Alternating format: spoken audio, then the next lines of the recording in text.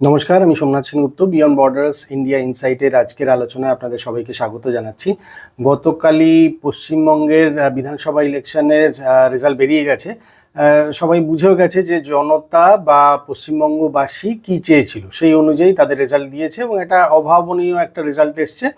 তার ব্যাখ্যায় আজকে যাব না। জনগণ যেটা চেয়েছিল সেটাই তারা করেছে এবং সেটা ভালো কাজই করেছে আমার মনে হয়। আচ্ছা, এর ফলে অনেকগুলো সুফল আসবে।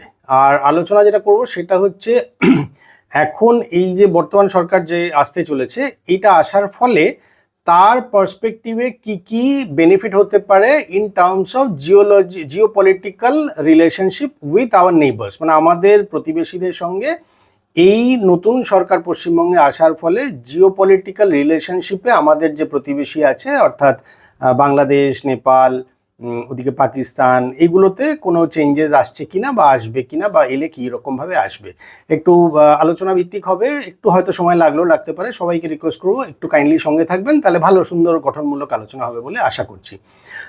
যাই হোক, যেটা শুরু করি সেটা হচ্ছে জনগণ তার রায় দিয়ে দিয়েছে। সেই রায় অনুযায়ী বিজেপি সরকার আসতে চলেছে। এবার বিজেপি সরকার যখন আসবে তার প্রথম জিনিসটা যেটা হবে সেটা হচ্ছে এই প্রথম 50 বছরের পরে প্রথম হবে যেটা, সেটা হচ্ছে কেন্দ্রীয় সরকার এবং রাজ্যের সরকার, পশ্চিমবঙ্গের রাজ্যের সরকার অর্থাৎ রাজ্য সরকার আর ভারতের কেন্দ্রীয় সরকার, এই দুটো সরকার একই পার্টির থেকে। এবার এর ফলে কি হবে? এর ফলে বিভিন্ন ক্ষেত্রে অ্যাডভান্টেজ আসবে। প্রথম জিনিস যেটা হবে সেটা হচ্ছে যে অ্যাডিশনাল ফিনান্সিয়াল যে হেল্পগুলো পাওয়া গেলে ভালো হয় সেইগুলো আসবে। আশা করা যায় একটা করাপশন ফ্রি গভর্নমেন্ট অন্তত দেখতে পাবো পশ্চিমবঙ্গের হিসাবে। আর এইটা থেকে মানে সবাই মোটামুটি আমরা বীতশ্রদ্ধ হয়ে গেছি করাপশন দেখে দেখে। আর একটা জিনিস যেটা আশা করব সেটা হচ্ছে এন্টায়ার স্টেটে ল অ্যান্ড অর্ডার আবার ভালোভাবে এস্টাবলিশড হবে এবং রাত্রিবেলা, রাত্রির 12টা হোক, 1টা হোক, 1:30টা হোক, 2টোর সময় একটা পুরো পরিবার যদি এক জায়গা থেকে আরেক জায়গায় যাতায়াত করে তাহলে তার কোনো রকম চিন্তা হবে না, সেটা বাড়ির মহিলাদের জন্যই হোক বা পুরো পরিবারের জন্য হোক। আর আমি বাইক চালাতে গেলে আমি হেলমেট পরি বা না পরি আমার পেপারটা চেক হবে।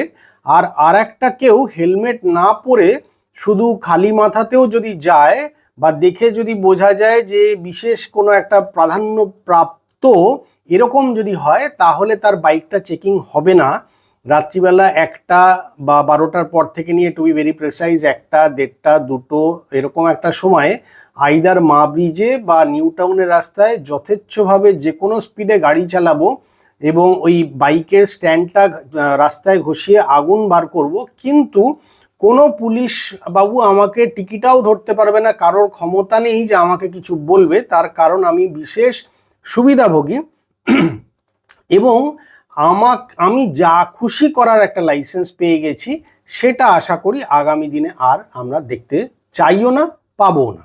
এবারে আসি এর ফলে ডাইরেক্টলি আর ইনডাইরেক্টলি কি কি হতে পারে। প্রথম হচ্ছে জানবেন ভারতবর্ষের ক্ষেত্রে ইস্ট মানে পুরো পূর্ব ভারতটা, তার মধ্যে পশ্চিমবঙ্গ আছে, আবার 7 সিস্টার্স মানে অরুণাচল প্রদেশ, নাগাল্যান্ড, মিজোরাম, ত্রিপুরা, আসাম, এইভাবে যে আরও 7টা দেশ যেটা রয়েছে, 7টা প্রদেশ যেটা রয়েছে, সেইটাও কিন্তু ভারতবর্ষের কাছে আজকের দিনে ইকুয়ালি ইম্পর্ট্যান্ট। তার কারণ হচ্ছে গত 1.5-2 বছর বা 2024-এর অগাস্টের পর থেকে, অগাস্ট অনওয়ার্ডস আমরা যেটা দেখতে পেয়েছি সেটা হচ্ছে বাংলাদেশে মানে আমাদের পূবের প্রতিবেশী বাংলাদেশের একটা অরাজকতা বা একটা অস্থির সরকার হওয়ার ফলে ভারত বিরোধী যে অ্যাক্টিভিটিস সেটা সেই দেশ থেকে যথেষ্ট প্রাধান্য পেয়েছিল এবং বেড়ে গিয়েছিল।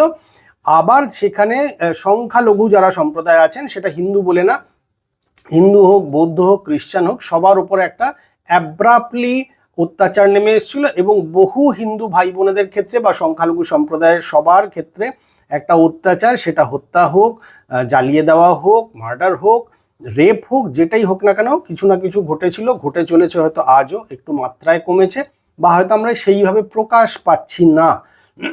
এখন মোবাইল আসার ঠেলাতে ঘরে মানে হাতে হাতে যেহেতু মোবাইলটা চলে এসছে, ফলে আগেও অত্যাচার হয়েছে কিন্তু সেইভাবে প্রকাশ পায়নি। এখন যেহেতু মোবাইলের এই ভিডিও ক্যামেরাতে উঠে যায় এবং সেটা আজকের দিনে ইন্টারনেটের থ্রুতে সারা বিশ্বে ছড়িয়ে যায়, সেই জন্য আমরা জানতে পারছি। তা না হলে যে দেশটার 1947 সালে অ্যাপ্রক্সিমেটলি অ্যারাউন্ড 27-28% মতন যে দেশে হিন্দুর সংখ্যা ছিল, 1951তেও যখন সেন্সাস হয় তখন কম বেশি প্রায় 23% মতন হিন্দু পপুলেশন ছিল, যেটা এখন যদি দেখি বর্তমানে যে বর্তমানের হিসাবে যদি দেখি তাহলে অ্যাপ্রক্সিমেটলি অ্যারাউন্ড 7%-এর একটু বেশি মাত্র হিন্দু এখন বাংলাদেশে বর্তমানে টিকে আছেন, এবং সেটাও আর কিছুদিন পরে দেখা যাবে যে সেই পার্সেন্টেজটাও হয়তো থাকবে না।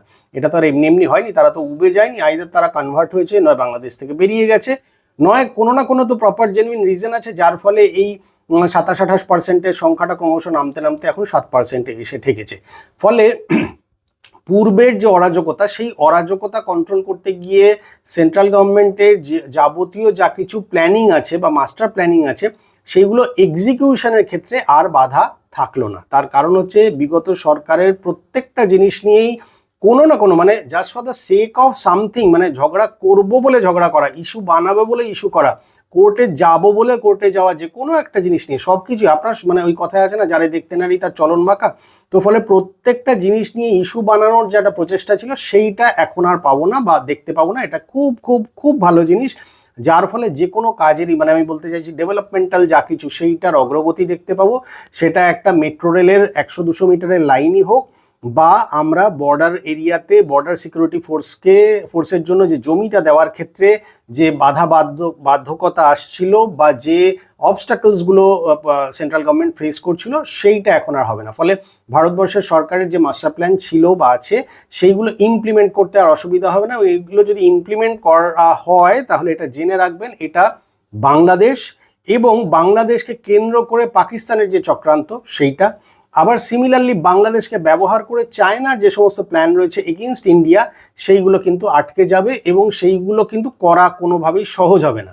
যদিও আমি কেন বললাম সহজ হবে না, তার কারণ হচ্ছে এই ধরনের সংগঠনগুলোর প্রচেষ্টা সবসময়ই থেকে যাবে।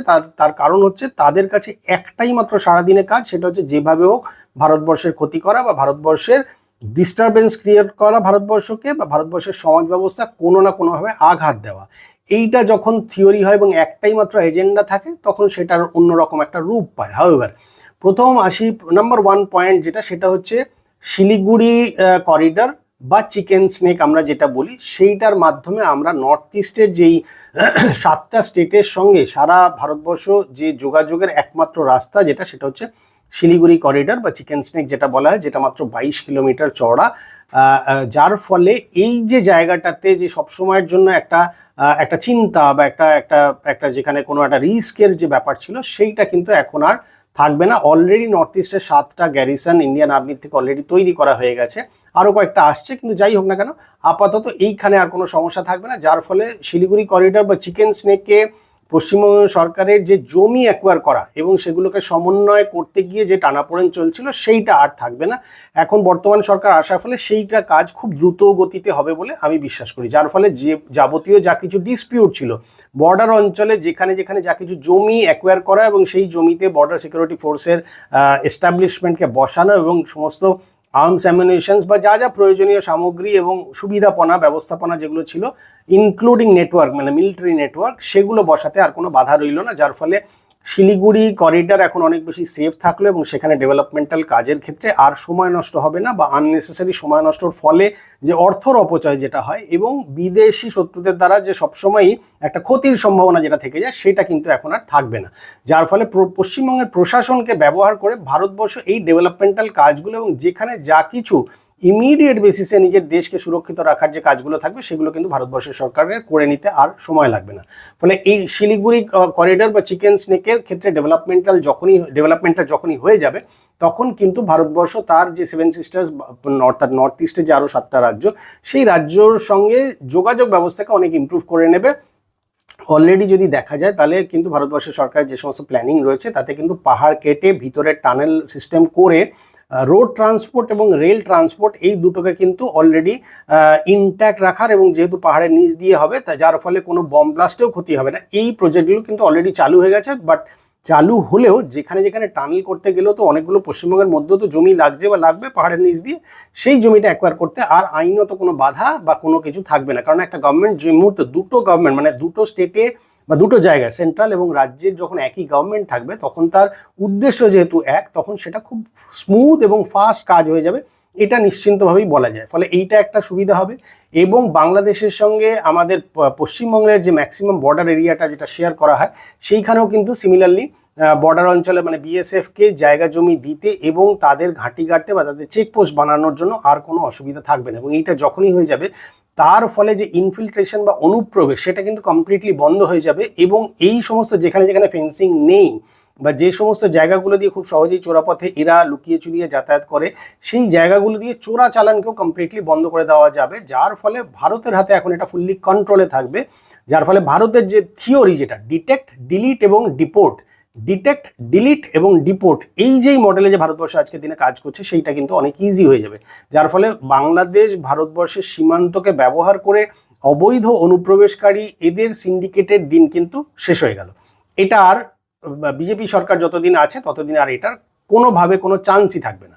আরেকটা জিনিস যেটা এই বাংলাদেশের মাটিকে ব্যবহার করে স্পেশালি এই 7 সিস্টার্সের যে সমস্ত বিচ্ছিন্নতাবাদী গোষ্ঠী যেগুলো আছে, উলফা আছে, এনএসসিএন এর মতন অর্গানাইজেশন আছে, তারা যেভাবে বাংলাদেশের মাটিকে ব্যবহার করে ভারতবর্ষের সার্বভৌমত্বকে বিচ্ছিন্ন করার বা সেখানে আঘাত আনার যে চেষ্টা কনস্ট্যান্ট বেসিসে চালিয়ে যাচ্ছে, সেটা কিন্তু বাধাপ্রাপ্ত হবে। এবং সেক্ষেত্রে কিন্তু ভারতবর্ষের বাকি মানে ইভেন বর্ডার এরিয়াতে লাইক মণিপুর, মিজোরাম, তারপর আপনার আসাম, ত্রিপুরা, এই যে স্টেটগুলোতে ইকুয়ালি কন্ট্রোল নিয়ে যে কাজটা করা, সেটা কিন্তু অনেক ইজি হবে। যার ফলে বিএসএফ, সিআইএসএফ এবং স্টেটের পুলিশের মধ্যে প্রপার কোঅর্ডিনেশন মেনটেন করে এই যে একটা প্রপার কোঅর্ডিনেশন মেনটেন করে যে একটা চ্যানেলাইজ করে যে জিনিসটাকে একটা সুষ্ঠু সবভাবে সম্পন্ন করার যে প্রচেষ্টা, সেইটা কিন্তু অনেক বেশি এফেক্টিভ হবে। ফলে এই যে বাংলাদেশের মাটি ব্যবহার করে আন্তর্জাতিক যে সমস্ত এই ডিপ স্টেট বা চক্রান্তকারী রয়েছে বা বিচ্ছিন্নতাবাদী গোষ্ঠী যেগুলো বা স্পেশালি মৌলবাদী যে সমস্ত গোষ্ঠীগুলো রয়েছে, সেগুলো কিন্তু আর দাদাগিরি দেখাতে পারবে না। মাথায় রাখবেন, বাংলাদেশের ইলেকশনের পরে জামাতে ইসলামী যারা রয়েছে সেই সংগঠনটা কিন্তু টোটাল 68টা সিট পেয়েছিল এবং এই 68টা সিটের মধ্যে 51টা সিট, আবারও বলছি 68টার মধ্যে 51টা সিট কিন্তু ভারতের অর্থাৎ ইন্ডিয়ার বর্ডার অঞ্চল জুড়ে আছে। এবং এই জামাতে ইসলামীর যে থিওরি বা প্রিন্সিপাল যেটা, এইটা থিওরিটাই হচ্ছে শুধুমাত্র ইসলাম এবং ইসলামকে প্রতিষ্ঠা করা এবং তার জন্য যারা নন মুসলিম আছে তাদেরকে ধ্বংস করা বা তাদের কৃষ্টি সভ্যতার প্রতি অ্যাটাক করাটা কিন্তু তাদের কাছে প্রিন্সিপাল। তো যার ফলে এই যে জামাতে ইসলামীর মতন বিচ্ছিন্নতাবাদী গোষ্ঠী যেগুলো আছে, তাদের কিন্তু যে রমরমা ভারতবর্ষকে ব্যবহার করতে গিয়ে মানে ভারতবর্ষের ক্ষতি করতে গিয়ে বাংলাদেশ এবং বাংলাদেশের বর্ডার স্পেশালি পশ্চিমবঙ্গের মাটিকে ব্যবহার করারও যে একটা প্রবণতা দেখা দিচ্ছিল, সেটা কিন্তু কমপ্লিটলি বন্ধ হয়ে যাবে। আরেকটা জিনিস যেটা হবে সেটা হচ্ছে 2026-এর ডিসেম্বরে বাংলাদেশ আর ভারতবর্ষের মধ্যে যে গঙ্গাজল চুক্তি যেটা আছে সেটা কিন্তু শেষ হয়ে যাচ্ছে।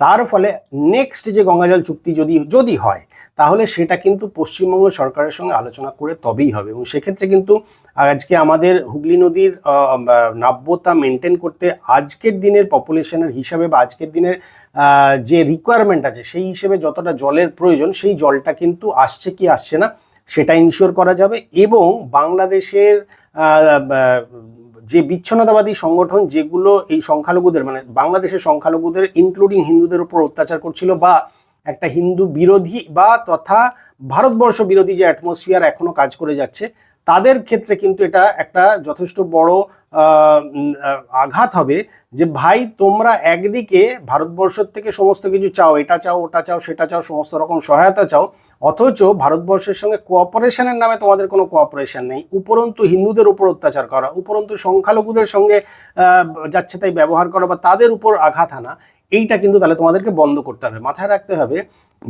বাংলাদেশের যে বর্তমান সরকার অর্থাৎ তারেক রহমানের সরকার যখন বাংলাদেশে আসেন 25শে ডিসেম্বর গত বছরে, তার আসার আগে কিন্তু ভারতবর্ষের সঙ্গে কতগুলো কথাবার্তা হয় এবং ভারতবর্ষের কতগুলো রিকোয়েস্ট বা কতগুলো পয়েন্ট ছিল, যে পয়েন্টের উপর বা কতগুলো ডিমান্ড ছিল, যে ডিমান্ডগুলো কিন্তু তারেক রহমানের সরকার বা তারেক রহমান স্পেশালি এগ্রি করেন। বেসিস হিজ কমিটমেন্ট ভারতবর্ষ কিন্তু তারেক রহমানকে গ্রিন সিগন্যাল দেয় যে ঠিক আছে আপনি এবার বাংলাদেশে আসতে পারেন এবং আপনার ইলেকশনে আপনি পার্টিসিপেট করতে পারেন। হাউএভার সেখানে কিন্তু এটাও ছিল যে অল ইনক্লুসিভ ইলেকশনটা করতে হবে, তার মানে আওয়ামী লীগকেও এর মধ্যে পার্টিসিপেটের ব্যবস্থা করে দিতে হবে এবং আওয়ামী লীগ সমেত কিন্তু ইলেকশনটা হতে হবে। এবং at the same time Sheikh হাসিনার বিরুদ্ধে যে অগণতান্ত্রিক বা অবৈধ যে রুলসগুলো আনা হয়েছিল বা যে ইন্টারন্যাশনাল কোর্ট থেকে যে ভার্ডিক্টটা বার করা হয়েছিল সেটাকে কমপ্লিটলি উইথড্র করে নিতে হবে, নিয়ে শেখ হাসিনাকেও ফেরার ব্যবস্থা করে দিতে হবে বাংলাদেশের সরকারে, মানে তারেক রহমানকে, যদি তারেক রহমান সরকারে আসেন। কিন্তু দেখা গেল সরকারে আসার পর তারেক রহমান এই সমস্ত কোনো পয়েন্টের উপরই আর গেলেন না, বা কোনো রিকোয়েস্ট বা কোনো যেসব জিনিসগুলো ভারতবর্ষ চেয়েছিল সেইগুলো কোনোটার উপরই উনি হাঁটলেন না। কিন্তু ভারতবর্ষের থেকে ডিমান্ড সব কিছুই, হাই স্পিড ডিজেল দাও, পয়সা দাও, সেফটি সিকিউরিটি দাও, আমাদের বাদবাকি সমস্ত ওষুধ দাও, কটন দাও, সব কিছু দাও, কিন্তু আমি কিছুই করব না। ঘন্টার মাথা আমি আমার মতোই থাকবো, এবং আমি আমার মতন অ্যান্টি ইন্ডিয়া যা সব প্রোপাগান্ডা চালানোর আছে যে সমস্ত গোষ্ঠীগুলো, সেগুলোকে আমি পুষে রাখবো, কিন্তু আমার ইন্ডিয়ার থেকে সমস্ত হেল্প চাই। বাংলাদেশের অনেক ভাই বোনেরা আমাকে অনেক গালমন্দ করেন, কিন্তু তাতে বাস্তব সত্যিটা কখনো চেঞ্জ হয় না। বাস্তব সত্যি এটাই যে ভারতবর্ষ আপনাদের জন্য সবসময় একজন উপকারী প্রতিবেশী, সবসময় সে কনস্ট্রাকটিভ ওয়েতে আপনাদের জন্য কাজ করেছে, আজও করছে, ভবিষ্যতেও করবে, এবং তার মধ্যে খারাপ কিছু নেই। প্রতিবেশী হিসাবে একটা প্রতিবেশীর পাশে দাঁড়ানোটা অবশ্যই কর্তব্য। কাজে আগামী দিনেও ভারতবর্ষ যদি আপনাদের জন্য কারোর জন্য কিছু করে, আমরা ভারতবর্ষী হিসেবে গর্বই ফিল করি, আমরা মানে কোনো কোথাও লজ্জিত হই না। বাট ডেফিনেটলি খারাপ লাগে যে আপনাদের জন্য সব কিছু করার পরে প্রতিদানে আপনারা ভারতকে গালমন্দ করেন, ভারতবাসীদেরকে গালমন্দ করেন, আর আপনাদের এক ফাটা রেকর্ড চলে যে ভারতবর্ষ আপনাদেরকে কন্ট্রোল করছে, ভারতবর্ষ দাদাগিরি দেখাচ্ছে। তো আপনাদের তো দাদার কাছে আসার দরকার নেই, আপনারা আপনাদের নিজেদের মতন করে নিন না, কোনো অসুবিধা নেই। সেক্ষেত্রে গঙ্গার জল চুক্তিতে আমাদেরও এরকম কোনো দায়বদ্ধতা থাকা উচিত না যে আমরা আপনাদেরকে এতটা জল দেব বা এত কোয়ান্টিটির আপনাদের জল লাগবে বা ইলেকট্রিসিটি লাগবে। আজকের দিনে আদানির কম করে হলো 700 থেকে 800 মিলিয়ন ডলারের, আবারও বলছি 700 থেকে 800 মিলিয়ন ডলারের বিল বাকি আছে। সেই বিলটা এখনো পাওয়া, মানে আদানি পেয়ে ওঠেনি। এই টাকাটা দেওয়ার কাছে আপনার, মানে দেওয়ার মতন পয়সা আপনাদের কাছে নেই, কিন্তু আপনারা কিন্তু পয়সা আছে 16খানা এয়ারবাস কেনার জন্য। সেক্ষেত্রে কিন্তু তখন আপনারা আমেরিকাতে গিয়ে 16খানা প্লেন কিনে নিয়ে আসছেন, বোয়িং কিনে নিয়ে আসছেন। তো যাই হোক, তো গল্পটা এইখানেই। তো ফলে যেটা হলো সেটা হচ্ছে যে এর ফলে গঙ্গা জল চুক্তি এবং আগামী দিনে তিস্তা জল চুক্তিও যে কিভাবে কি সম্পন্ন হবে সেটাও ভারতবর্ষ অনেক কনস্ট্রাকটিভ ওয়েতে বা অনেক বেটার ওয়েতে এটাকে ট্যাকেল করতে পারবে। কারণ কি, একটা জিনিস ভেবে দেখতে হবে যে ভারতবর্ষ অফার করলেও ফাইনালি বাংলাদেশ ঝুঁকে আছে তিস্তা প্রজেক্টের জন্য চায়নার কাছে, এবং চায়না যেহেতু $1 বিলিয়ন হেল্প দেবে বলেছে, কাজেই এই মুহূর্তে দাঁড়িয়ে তারেক রহমানের সরকারও কিন্তু ইন্টারেস্টেড চায়নার সঙ্গে গিয়ে তিস্তা প্রজেক্টটাকে কমপ্লিট করতে। সেটা যদি হয় সেটা কিন্তু ভারতবর্ষের জন্য মোটেই ঠিক নয়। তার কারণ হচ্ছে তিস্তা প্রজেক্টটা এমন একটা জায়গা যেখান থেকে খুব সহজেই ড্রোন বা রাডারের মাধ্যমে কিন্তু ভারতবর্ষকে টোটাল অবজারভেশনের আন্ডারে ফেলে দেওয়া যায়। এবং ভারতবর্ষের স্পেশালি ওই যে শিলিগুড়ি করিডর বা 7 সিস্টার্সের যে জায়গাগুলো, তার মধ্যে যে প্রমিনেন্ট বা ইম্পর্ট্যান্ট যতগুলো জায়গা আছে, ইনক্লুডিং অল দ্য গ্যারিসনস এবং মিলিটারি যে সমস্ত বেস আছে, এয়ারফোর্সের যে সমস্ত বেস আছে, সেইগুলো কিন্তু খুব সহজেই চায়নার রাডারের আন্ডারে কিন্তু চলে আসবে। তো যার ফলে এটা তিস্তা চুক্তি কিন্তু ভারতবর্ষের জন্য অবশ্যই রিস্কি। কাজেই ভারতবর্ষ কখনোই চায় না বা চাইবে না যে তিস্তা প্রজেক্টে কোনোভাবেই চায়না বা চায়নার মতন কোনো দেশ আসুক, সেটা পাকিস্তানি আসুক, চায়নাই আসুক, এই ধরনের কোনো দেশ যেন না আসে, সেটা ভারতবর্ষের সবসময় অনুরোধ থাকবে। এবার যদি সেটা অনুরোধটা না রাখা হয়, তাহলে তার রিপ্লাই বা তার জবাবটা কিভাবে হবে সেটা তো সেই অবস্থায় দাঁড়িয়ে ভারতবর্ষের সরকার ঠিক করবে। কিন্তু তার ফলে অ্যাডভান্টেজটা কোথায়? যেহেতু পশ্চিমবঙ্গেও সেই একই পার্টিরই সরকার আছে, কাজেই যদি সেই অ্যান্টিবায়োটিকটা যদি শুধু ওরাল না করে ইনজেক্টেবল দিতে হয়, তাহলে ইনজেকশন দেওয়া হবে।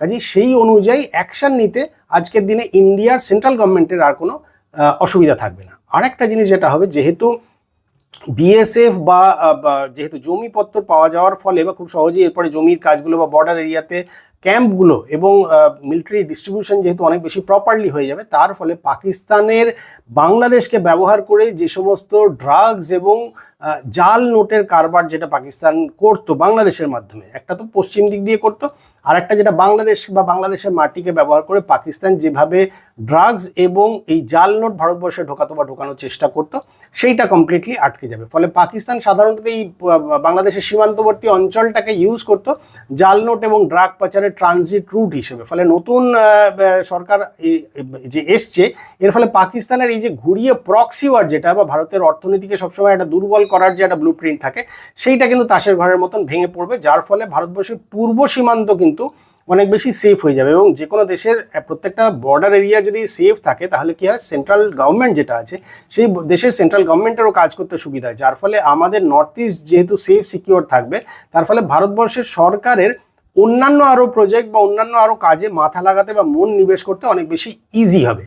এছাড়া আপনারা দেখবেন এই গত মানে কেয়ারটেকারের সরকারের সময় মোহাম্মদ ইউনূসের সরকারের সময় একটা ইন্ডিয়া আউট একটা ক্যাম্পেইন অনেকটা মালদ্বীপের মতনই একটা চলছিল, যে ইন্ডিয়া বিরোধী পুরো একটা গ্রুপ, এবং এটা ভাববেন না শুধুমাত্র বাংলাদেশের লোকজন ছিল, এটা funded by the foreign countries like deep স্টেটের মধ্যে আমেরিকা বা এই ধরনের আমেরিকাও আছে, চায়নাও আছে, এই ধরনের কান্ট্রিগুলো বেসিক্যালি ফান্ডিং করে লোকাল লোকেদের পয়সা কড়ি দিয়ে এরা একটা অ্যান্টি ইন্ডিয়া মুভমেন্ট করায়, যেটা ওই ইন্ডিয়া আউট একটা ক্যাম্পেইন চলেছিল। তো এই ইন্ডিয়া আউট ক্যাম্পেইনটা এবং তার সঙ্গে ভারতের পণ্য ব্যবহার যাতে না হয়, ভারতের পণ্য বর্জন যেটা, সেই ব্যবস্থাটাও এরা করেছিল, যার ফলে সেটা একটা সময় খুব ক্যাম্পেইনটা অ্যাগ্রাভেট করেছিল, সেটাও যথেষ্ট দুই দেশের মধ্যে সম্পর্ক খারাপ হয়েছিল। কিন্তু এখন বর্তমানে যেহেতু প্রপার সিনক্রোনাইজেশন থাকবে, অর্থাৎ লোকাল পুলিশ, স্টেটের বাকি ইনভেস্টিগেশন এজেন্সি যেগুলো আছে, আর দেশের যে ইনভেস্টিগেশন এজেন্সি যেগুলো আছে, RNAW অর্থাৎ রিসার্চ অ্যান্ড অ্যানালিসিস উইং বা এদের মধ্যে যেহেতু প্রপার একটা কোঅর্ডিনেশন থাকবে, এবং আশা করা যায় আমাদের প্রতিবেশী যারা এক্ষেত্রে বাংলাদেশের ক্ষেত্রে তাদের বাংলাদেশের সঙ্গেও একটা প্রপার কোঅর্ডিনেশন থাকবে, যার ফলে এই ধরনের পেনিট্রেশন বা এই ধরনের কোনো ক্যাম্পেইন করা বা ভারতবর্ষ মানে বাংলাদেশের মাটিকে ব্যবহার করে ভারতবর্ষের এগেনস্ট এই ধরনের কোনো ক্যাম্পেইন করাটা অনেক বেশি মুশকিলজনক হয়ে যাবে, এবং এটা আশা করা যায় এটা প্রপারলি হ্যান্ডেল হবে। ফলে প্রতিবেশী দেশ হিসেবে কিন্তু এটা অফকোর্স স্টেটে এবং সেন্ট্রালে বিজেপি গভর্নমেন্ট আসার ফলে কিন্তু বাংলাদেশের উপর যথেষ্ট চাপ থাকবে। ফলে বাংলাদেশের এই গঙ্গা চুক্তি বা তিস্তা চুক্তিতে আদৌ কিছু বেনিফিট হবে কি না, বা বাংলাদেশ বা ভারতবর্ষ কতটা ছাড় দেবে, বা বাংলাদেশে কতটা তার রিকোয়েস্ট মানবে, সেটা কিন্তু কমপ্লিটলি ডিপেন্ড করবে বাংলাদেশ কিভাবে ভারতের রিকোয়েস্টে রেসপন্ড করছে। ফলে দুটো স্টেটে মানে দুটো ক্ষেত্রে মানে সেন্ট্রাল এবং স্টেটে যেহেতু একই গভর্নমেন্ট থাকবে, মানে একই পার্টির গভর্নমেন্ট থাকবে, ফলে সেইটা কিন্তু একটা কোঅর্ডিনেশন করতে সুবিধা হবে। এছাড়া তাজপুরে যে গভীর সমুদ্র বন্দর যেটা হবে, সেটাও কিন্তু এই গভর্নমেন্ট আসার ফলে হবে, যেটা দিয়ে কিন্তু বাংলাদেশ, নেপাল, ভুটানের যে ট্রান্সপোর্টেশন, সেই ট্রান্সপোর্টেশন কিন্তু আরও অনেক বেটার ওয়েতে ইউজ করা যাবে, যার ফলে এটা পশ্চিমবঙ্গের জন্য যেরকম ভালো, আবার সিমিলারলি কিন্তু ভারতবর্ষের যে প্রতিবেশী, এক্ষেত্রে শুধু যে বাংলাদেশ তা নয়, নেপাল, ভুটানের ক্ষেত্রেও কিন্তু সুবিধা, কারণ কি নেপাল বা ভুটান দুটোই কিন্তু ল্যান্ডলক কান্ট্রি, এবং সেক্ষেত্রে কিন্তু ওদের যেহেতু আর সমুদ্র বন্দর কোনো কিছু ওরা ইউজ করতে পারে না, ফলে সেক্ষেত্রে কিন্তু এই সমুদ্র বন্দর ব্যবহার করার জন্য ওদের কিন্তু ভারতবর্ষের উপর ডিপেন্ড করতে হবে। এবং যেহেতু আজকের দিনে বিজেপি গভর্নমেন্টের কাছে প্রায়োরিটি হবে as soon as possible development ঘটানো স্টেটটার along with safety and security, তার ফলে আজকের দিনে আমরা আশা করতে পারি যে তাজপুরের যে গভীর সমুদ্র বন্দর হওয়ার কথা, সেটা কিন্তু অনেক তাড়াতাড়ি রূপায়ণ করবে, এবং সেইটা যখনই রূপায়ণ হবে তখন কিন্তু এই আমাদের খুব কাছের মানে পশ্চিমবঙ্গ থেকে খুব কাছে নেপাল এবং ভুটানের ক্ষেত্রে কিন্তু এই জলপথটাকে ব্যবহার করে তাদের বাণিজ্য করাটা অনেক বেশি ইজি হয়ে যাবে, যে বাণিজ্যের ফলে কিন্তু পশ্চিমবঙ্গেরও কিন্তু ফরেন কারেন্সি আসার চান্সটা অনেকটা বেড়ে যাবে, ফলে ব্যবসা বাণিজ্য কিন্তু পশ্চিমবঙ্গের ক্ষেত্রেও বাড়বে। আর ভারতবর্ষের আর একটা যেটা প্ল্যান রয়েছে, সেটা যে বাংলাদেশ, নেপাল এবং ভুটানকে নিয়ে ভারতবর্ষের একটা এনার্জি গ্রিড তৈরি করার পরিকল্পনা রয়েছে, যেটা এগেইন জমির অভাবে বা অনেকগুলো ডিসপিউটের কারণে যেটা আটকে ছিল, সেটা যেহেতু এখন একই পার্টির গভর্নমেন্ট থাকবে, কাজেই সেইটা অনেক বেশি ফাস্ট রান করবে বা মুভ করবে, যার ফলে এই যে বাংলাদেশ, নেপাল, ভুটানকে নিয়ে যে পাওয়ার এনার্জি গ্রিড যেটা তৈরি করার কথা, সেইটা কিন্তু অনেক তাড়াতাড়ি এটা রূপায়ণ হবে বলে আমার মনে হয়। এবং এর ফলে যেটা হবে সেটা হচ্ছে পশ্চিমবঙ্গ থেকে বেরোলেই যে বঙ্গোপসাগর হয়ে আমরা যে আন্দামানের দিকে এগোই, এই জায়গাটাতে আমাদের সেফটি সিকিউরিটি কিন্তু আরও অনেক বেটার হয়ে যাবে। গার্ডেন রিচ শিপ বিল্ডার্স যেটা আছে, গার্ডেন রিচ শিপ বিল্ডার্স কিন্তু আরও অনেকগুলো যুদ্ধজাহাজ তৈরি করছে, এর ফলে আমরা কিন্তু গার্ডেন রিচ শিপ বিল্ডার্সে আরও অনেকগুলো জাহাজ তৈরির বরাত পেতে যাব, যে বরাতগুলো কিন্তু আমাদের স্টেটের ইকোনমিকে রিভাইভ করাবে ও স্টেটের ইকোনমিকে ইমপ্রুভ করতে হেল্প করবে। এছাড়া এইগুলো কিন্তু শুধুমাত্র যে ব্যবসা তা নয়, সমুদ্র সীমার নিয়ন্ত্রণ রক্ষা করা এবং সমস্ত টেকনোলজিকে ইউজ করতে গেলে যে বিশাল ম্যান পাওয়ার লাগে, সেটা কিন্তু পশ্চিমবঙ্গ থেকেই আসে বা আসবে, কাজেই সেক্ষেত্রে সেটা আরেকটা উপকারে আসবে। আরেকটা জিনিস যেটা বাংলাদেশের সঙ্গে অলরেডি কথাবার্তা চলছে, সেটা হচ্ছে বৈদেশিক মুদ্রা বা ডলারের উপর ডিপেন্ডেন্সি কমিয়ে ইন্টারনাল কারেন্সিতে যে কোনো জিনিসের আদান প্রদান করা, অর্থাৎ ভারতবর্ষের ক্ষেত্রে রুপি আর বাংলাদেশের ক্ষেত্রে টাকা।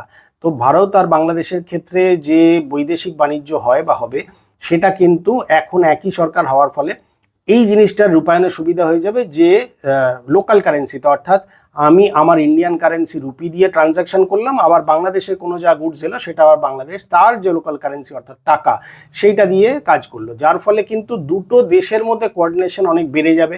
আর একটা জিনিস যেটা হবে, যেটা পাকিস্তান গত মাসেও যেটা পাকিস্তানের পররাষ্ট্রমন্ত্রী ডিফেন্স মিনিস্টার যেটা বলেছিলেন, সেটা হচ্ছে যে পাকিস্তান চাইলে অ্যাটাক করতে পারে এবং এই অ্যাটাকটা কলকাতা পর্যন্ত করে দিতে পারে, সেটা নিশ্চয়ই বাংলাদেশকে মাথায় রেখে এটা বলা হয়েছিল।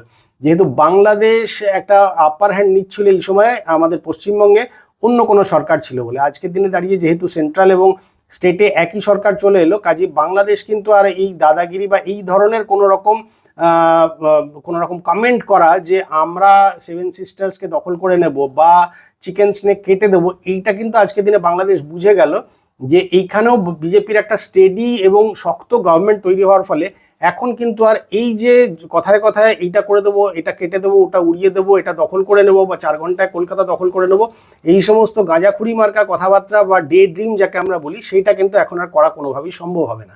আর দ্বিতীয় জিনিস, যেটা আগের গভর্নমেন্টের কোনো উইমজিক্যাল যে সবসময় ডিসিশনে চলা হতো, যেহেতু বিজেপি অনেক বেশি স্ট্রাকচার্ড একটা অর্গানাইজেশন এবং তারা একটা রেজিমেন্টেড দল, ফলে তাদের কিন্তু এইরকম কোনো চান্স নেই একটা মুখকে নিয়ে তো এদের দল নয়, একটাই পোস্ট বাকি সব ল্যাম্প পোস্ট এরকম তো নয়, যেহেতু এরকম নয়, তারা একটা প্রপার স্ট্রাকচার আছে।